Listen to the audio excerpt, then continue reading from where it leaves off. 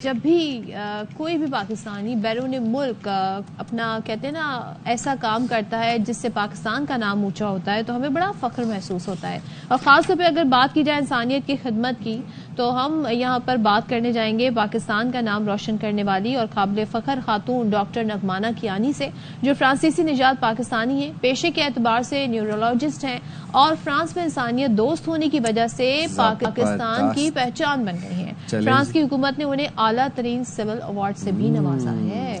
کیا بات ہے، تو پھر ان سے مل لیتے ہیں، ان سے بات بھی کر لیتے ہیں، بات کریں گے پاکستان کی یہ باعث فخر بننے والی نغمانہ کیانی صاحبہ سے۔ بہت شکریہ نغمانہ صاحبہ، آپ نے ہمارے پروگرام کے لیے وقت نکالا۔ گڈ مارننگ ٹو یو، آپ کو سب سے پہلے تو ایوارڈ کی بہت بہت مبارکباد ہو۔ اچھا یہ بتائیے گا کہ ایوارڈ کون سی خصوصی خدمات کے اطراف میں آپ کو دیا گیا ہے، ہمارے اور ہمارے ناظرین کے ساتھ شیئر کیجیے گا۔ جی السلام علیکم، good morning to everybody. جی الحمدللہ، یہ ایوارڈ مجھے جس ایوارڈ کا نام ہے لارڈ آف دی میرٹس، بچے یہ جو ہمارے پریزیڈنٹ تھے فرینچ پریزیڈنٹ شارل ڈی گول، انہوں نے 1963 میں ان لوگوں کے لیے اعلان کیا تھا جو اپنی خدمات سے نان سٹاپ کوششوں سے اپنے لوگوں کی خدمت کرتے ہیں وداؤٹ اینی کنڈیشن، بس خدمت کرنی ہے تو کرنی ہے۔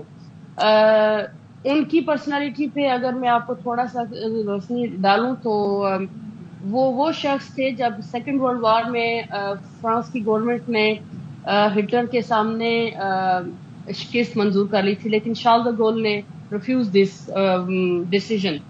تو اسی لیے جب مجھے یہ ایوارڈ ملا تو مجھے اس لیے یہ ایوارڈ ملا کہ آئی ریفیوز الحمدللہ کہ ہم نے غریبی اور جہلیت کے سامنے ٹکنے نہیں، گھٹنے، چاہے چھوٹے سے چھوٹا قدم بھی ہو ہم نے اٹھانا ہے۔ اگر کسی کا ایک آنسو بھی ہم پوچھ لیتے ہیں تو الحمدللہ۔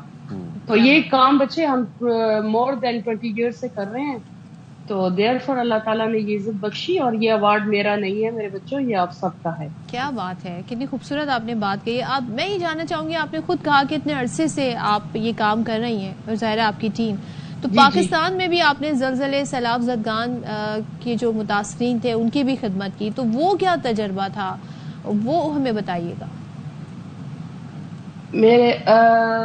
میری جان سب سے پہلے جو فرسٹ مشن 2005 دس ٹائم ہم پیاری سی ینگ ڈاکٹر ہوتے تھے، 8 اکتوبر I can never forget this date, جب میرے ملک میں پوری قیامت کا سما تھا، تو میں پردیس میں رہ کے میرے پاس چوائس تھی، یا میں دوسروں کی طرح بیٹھ کے ٹی وی کے سامنے یہ کہتی کہ ہائے ہائے ہائے ہائے کیا ہو گیا، اور یا نادر یہ تھا کہ میں چاہے کچھ بھی تھا، تو میں اس وقت بالاکوٹ میں نے اپنی ٹیم کے ساتھ کام کیا۔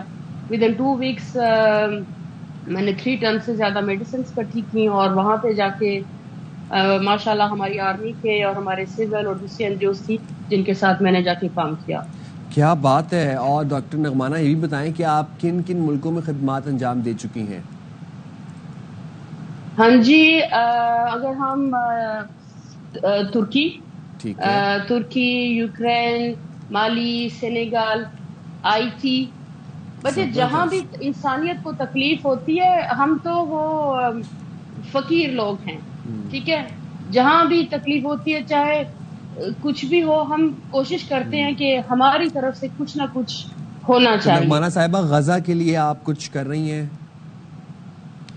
جی ہماری ٹیم جو سے ہیں جو سی ہے، چاہے غزہ ہے، چاہے اور بھی یوکرین کے ریفیوجیز ہیں، جہاں کے بھی ریفیوجیز ہیں، تو جہاں پہ آتے ہیں ہم ان کی ہیلپ کرتے ہیں۔ فرانس میں جب وہ آتے ہیں تو ہمارا جو کام ہے نا، صرف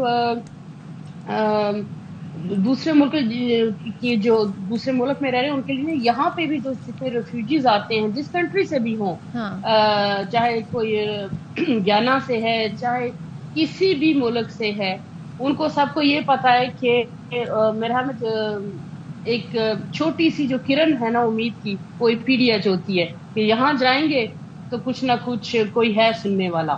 صحیح۔